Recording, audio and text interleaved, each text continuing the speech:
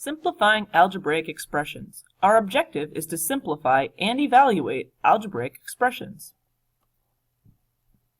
Why learn this? You can model the total points scored in a basketball game by using an algebraic expression.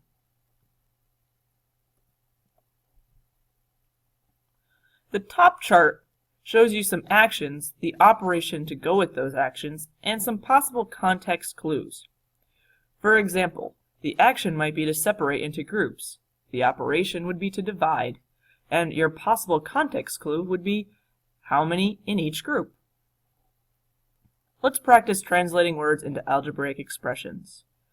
Write an algebraic expression to represent each situation. So let's look at the first one together. The distance remaining for a runner after m miles of a 26.2 mile marathon. Well, since the marathon is 26.2 miles and the runner has gone m miles, we're simply going to subtract. So we have 26.2 minus m. Take a moment and pause the video and try the next one. Alright, so now let's look at it. The number of hours it takes to fly 1,800 miles at an average rate of n miles per hour. Well, you're trying to travel 1,800 miles. If you're traveling at a rate of n miles per hour, you're going to want to divide. So 1,800 divided by n. Before we move on to the next piece, let's recall back to the order of operations. In the order of operations, make sure you start with your parentheses and grouping symbols, then move to your exponents, followed by multiplication and division from left to right. Multiplication does not necessarily come before division. And the last piece, addition and subtraction from left to right. Keep in mind, addition might not come before subtraction. It's whichever one comes first when you're reading left to right. So let's practice evaluating algebraic expressions. Evaluate each expression for the given values of the variables. So we're going to substitute 4 in for x and 7 in for y, and then solve, or simplify. Okay? So we have 4 plus 3 times 4 times 7 minus 2 times 7. We're going to keep simplifying until we have a result in the end. So we multiply first. So we have 3 times 4 times 7 giving us 84, and 2 times 7, which gives us 14. And now we add and subtract from left to right. So we're going to add 84 and 4 together. Then we'll subtract 14, which leaves us with 74. Take a moment and pause the video and try this next one on your own.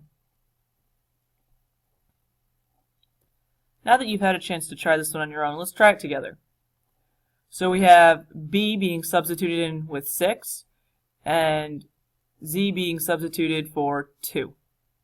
So we're going to have 6 squared times 2 minus 2 times 6 times 2 plus 2 squared. Following order of operations as we evaluate the expression, we're going to start with our exponents since nothing is grouped within parentheses. So we're going to have 36 times 2 minus 2 times 6 times 2 plus 2 squared is 4. And now we would multiply or divide from left to right. We do not have any division, so we're going to stick with multiplication on this one. So 26 times 2 is 72, and 2 times 6 times 2 is 24, and the 4 just kind of comes down. And now we add or subtract from left to right. So we're going to start with 72 minus 24. Then we're going to add 4 to it, leaving us with 52.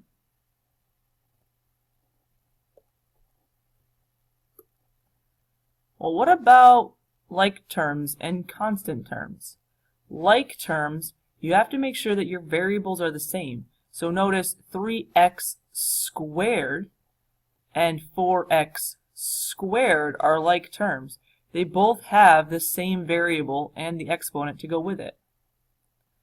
Constant terms have no variables, so 2 and 1, or in this case, -1.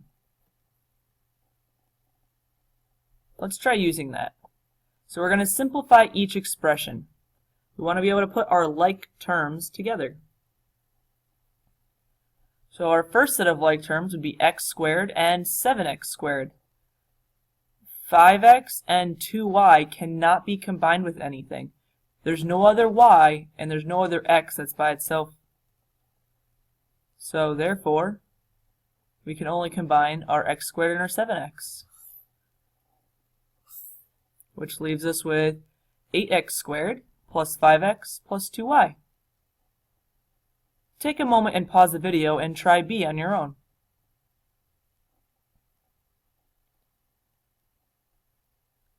Now that you've had a chance to try B on your own, let's try it together.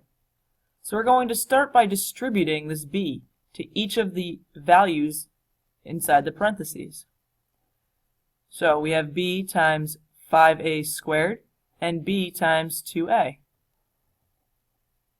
leaving us with 5a squared b minus 2ab.